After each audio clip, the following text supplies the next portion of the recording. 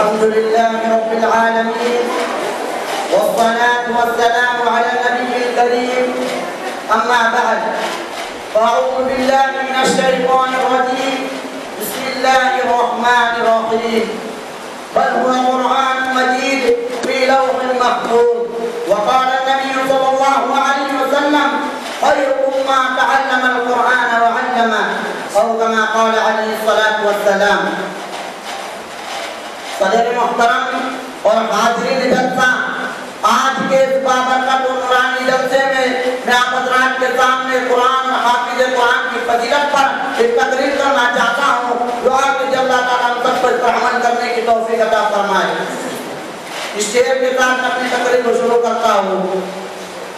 زمانہ آج بھی قرآن ہی سے فیض پائے گا، زمانہ آج بھی قرآن ہی سے فیض پائے گا، مٹے گی ظلمت شب اور سورج جگمگائے گا.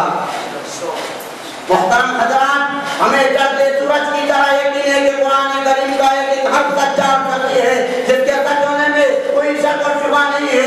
اسی قرآن پاک کے بارے میں آپ صلی اللہ علیہ وسلم نے فرمایا خیرکم من تعلم القرآن وعلمه، کہ تم میں سب سے بہتر شخص وہ ہے جو قرآن کو سیکھے اور سکھائے. اسی لیے قرآن دنیا کی سب سے بڑی دولت اور نعمت ہے. زمین اور آسمان، چاند اور سورج، ستارے اور سیارے کوئی بھی اس نعمت کا مقابلہ نہیں کر سکتی.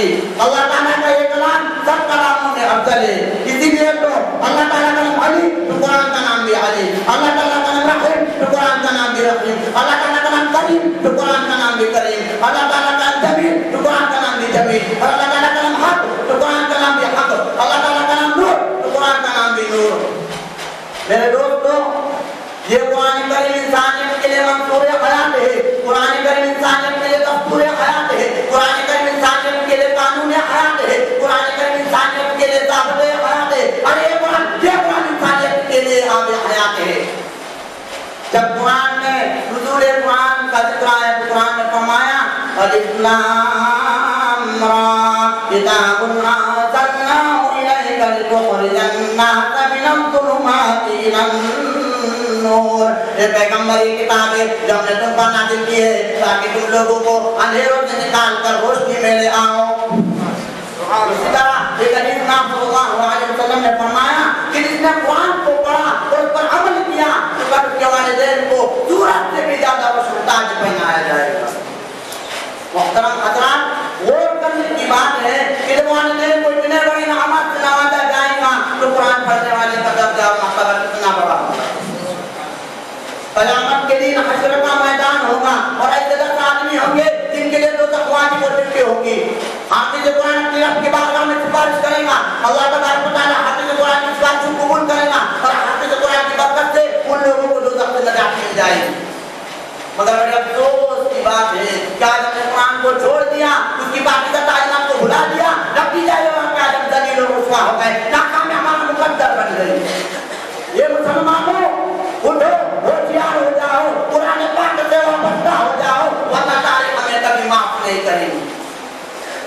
خدا نہ خواستہ اگر چند پیسوں کی لالچ میں ہم نے ہمارے بچوں کو قرآن پاک سے دور رکھا اور ہماری نظریں آخرت کی نعمت کی بجائے دنیا کی ٹیویوں پر رہی، یاد رکھنا کل قیامت میں اللہ تبارک و تعالیٰ کا جواب دینا پڑے گا. اس لیے ہمیں چاہیے کہ خود بھی قرآن پاک کی تلاوت کرے اور اپنے بچوں کو حافظ قرآن بنائے اور آخرت کی کامیابی حاصل کرے. آخر میں دعا کر کے اللہ تعالیٰ ہم سب کو اپنی کلام کی شفقت عطا فرمائے. اس شعر کے ساتھ میں اپنی جگہ دیتا ہوں. الہی رونق اسلام کے سامان پیدا کر، الہی رونق اسلام کے سامان پیدا کر، دلوں میں مومنوں کے الفت قرآن پیدا کر.